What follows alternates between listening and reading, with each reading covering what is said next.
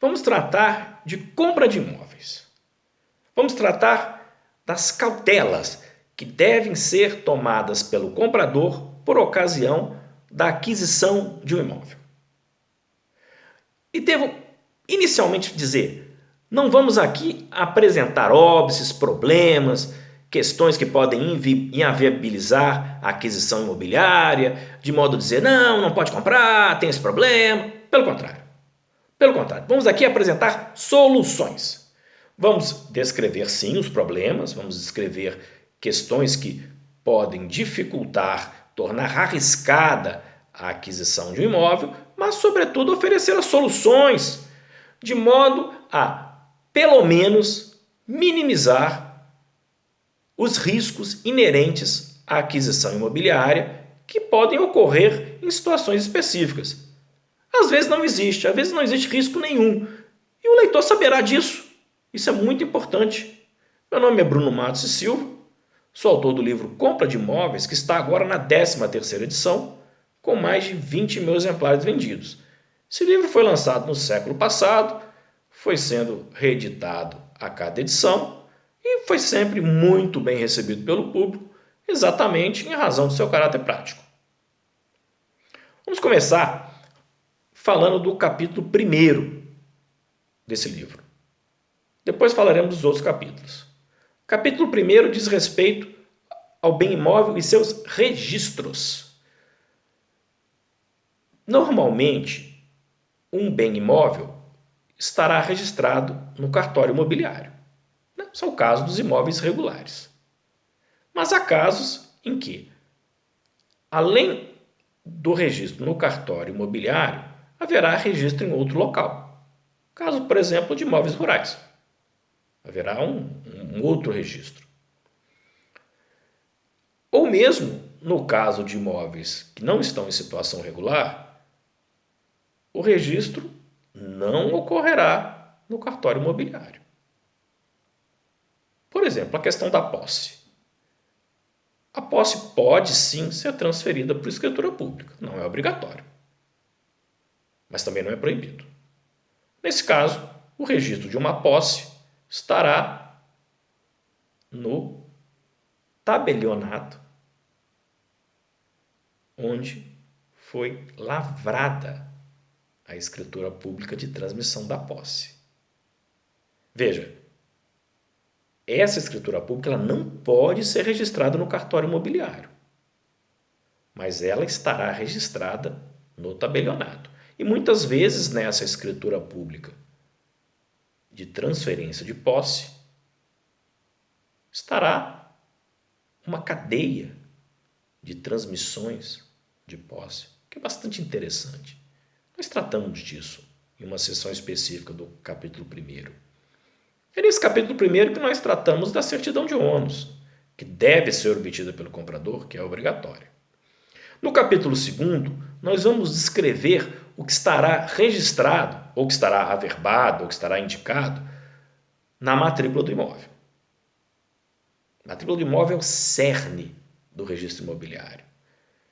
E o que pode estar registrado, ou averbado, ou indicado nessa matrícula, constará da certidão de ônus. O artigo 167 da Lei de Registros Públicos descreve de forma taxativa o que poderá constar da matrícula do imóvel. E, mais importante, nesse capítulo 2º, para a perplexidade de muita gente, nós tratamos de algumas questões que, embora digam respeito diretamente ao bem imóvel, não estarão ou poderão não estar na matrícula desse imóvel. Assim, quando o comprador obtiver a certidão de ônus, essas questões não estarão presentes nessa certidão.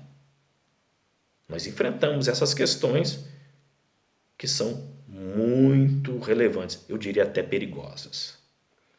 No capítulo 3º, nós tratamos da situação pessoal do vendedor. Isso porque a situação pessoal do vendedor poderá indiretamente influir na aquisição imobiliária. Veja que no capítulo 2º nós tratamos do que pode estar registrado na matrícula do imóvel, que são questões que dizem respeito diretamente ao imóvel e diretamente à aquisição imobiliária. Já no capítulo 3º, nós tratamos de questões que dizem respeito diretamente ao vendedor e indiretamente ao imóvel e à aquisição imobiliária. O exemplo típico é fraude de execução, mas há outras questões também. É por isso que nesse capítulo nós dizemos que as certidões pessoais do vendedor, por exemplo, as certidões do distribuidor, devem ser obtidas. E aí muita gente diz, mas Bruno, a lei não obriga isso, não precisa. Precisa sim, porque o comprador cauteloso deve obter essa certidão de modo a se prevenir dos riscos que poderão afetar a sua aquisição imobiliária.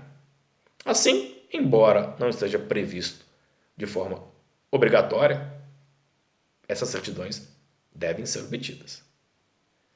E tratamos inclusive de processos que a certidão poderá não mostrar. E aí enfrentamos essa questão para que o comprador possa se prevenir dessas situações. Isso também é outra falha do direito brasileiro. Mas, como disse, o objetivo do livro é mitigação de riscos, né? É gerenciamento de riscos. Assim, primeiro nós vamos verificar quais são os riscos que existem e as maneiras de mitigar esses riscos. Depois vamos tratar do cônjuge do vendedor, né? Incluindo não só casamento, como união estável, né? Esse é o nosso capítulo 4º. Depois nós vamos tratar, no capítulo 5, da aquisição de uma pessoa jurídica. Nesse caso, situações adicionais devem ser observadas. No caso, se a pessoa física, pode ser um diretor, um administrador, enfim, se a pessoa que vai se apresentar representando a pessoa jurídica tem poderes para isso. E vamos tratar também de questões que dizem respeito à pessoa jurídica, como, por exemplo, pessoa jurídica em recuperação judicial, quais são os requisitos para essa pessoa jurídica poder vender o imóvel, questão de falência, como isso influi. Vamos tratar de todas as questões que dizem respeito à venda de um imóvel por uma pessoa jurídica. Vamos tratar em seguida, capítulo 6, da procuração. Porque um imóvel pode ser objeto de venda por meio de procurador. Aí vamos ver quais são os requisitos que essa procuração deve preencher, né? Temos situações aí que a procuração, por não preencher requisitos, ela não será hábil, ela não será aceita. Vamos tratar disso.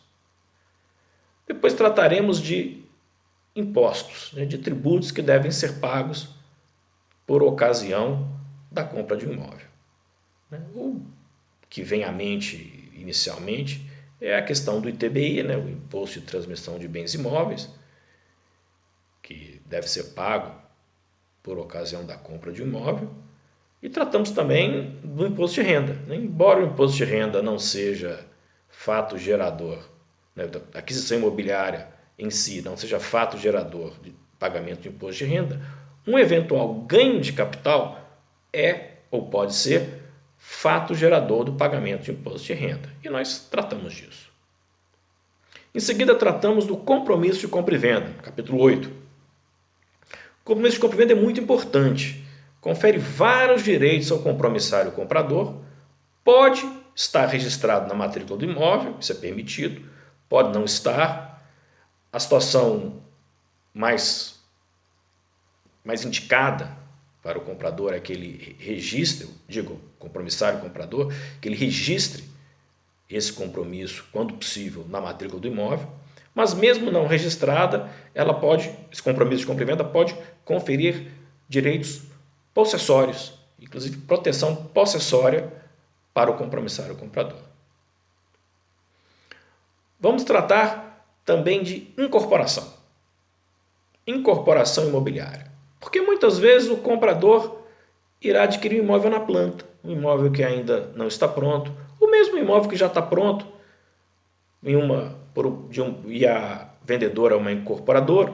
Então vamos tratar de várias situações, várias questões, tais como atraso na entrega do imóvel, imóvel entregue em desconformidade com o que foi contratado. Então tem várias questões que dizem respeito à incorporação de imóveis que nós tratamos nesse livro. Tratamos também de financiamento imobiliário.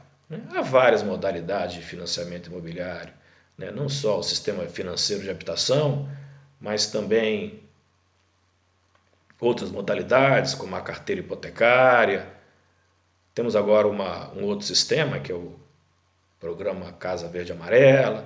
Enfim, tem uma vária gama de situações de financiamento que é bastante interessante que o comprador tenha ciência e possa fazer uma boa operação. Tratamos também de loteamento.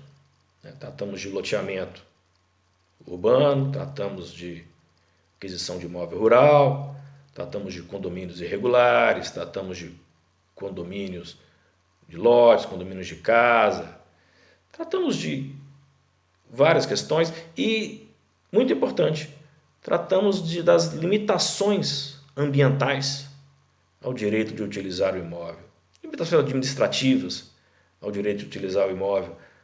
Legislação ambiental traz uma série de restrições e eu devo dizer se as restrições estão corretas, que o meio ambiente precisa ser protegido. Então, dizemos o que pode e o que não pode ser feito pelo comprador com relação ao imóvel. Questão, por exemplo, das restrições à supressão da vegetação que existe ao imóvel. Tratamos do passivo ambiental que pode afetar o comprador do imóvel, ainda que isso tenha sido feito pelo antigo proprietário. Isso é algo muito importante. Depois, no capítulo 13, vamos tratar de uma situação muito específica, que é a aquisição de imóvel por parte de um estrangeiro. Quais são as limitações que o estrangeiro sofre? No capítulo 14, que é um dos meus capítulos favoritos, tratamos de regularização fundiária. Porque muitas vezes um imóvel que está em situação irregular pode ser regularizado. Existem procedimentos previstos na lei para regularização desse imóvel. Tratamos de imóveis sem registro. Tratamos de uso capião, inclusive uso capião extrajudicial. Tratamos até mesmo de uso capião de terras devolutas. Isso pode chocar muita gente, porque uso capião de imóveis públicos é algo proibido. Mas a jurisprudência criou uma maneira de contornar essa proibição de modo a terras devolutas serem objetos de uso capião. Criatividade humana é ilimitada. E, por fim, nós temos um índice alfabético remissivo, que também funciona como um glossário. E nessa parte do livro, nós fazemos uma remissão a partes do livro com base nesse índice alfabético remissivo, tem as palavras, termos técnicos estão em ordem alfabética, de modo que se o leitor queira verificar uma questão específica, poderá buscar esse índice alfabético remissivo, encontrar a palavra e ver em que tópico, em que seção do livro isso está tratado. E também, em alguns momentos, nós explicamos o significado do termo técnico, porque embora eu tenha me esforçado para não utilizar termos técnicos, muitas vezes é absolutamente necessário utilizar um termo técnico, termo jurídico. E assim o comprador que não tem formação em direito ou que não é especialista em direito imobiliário poderá, nessa parte do livro, encontrar o significado do termo utilizado. E eu devo dizer, para finalizar esse vídeo, que, com toda franqueza,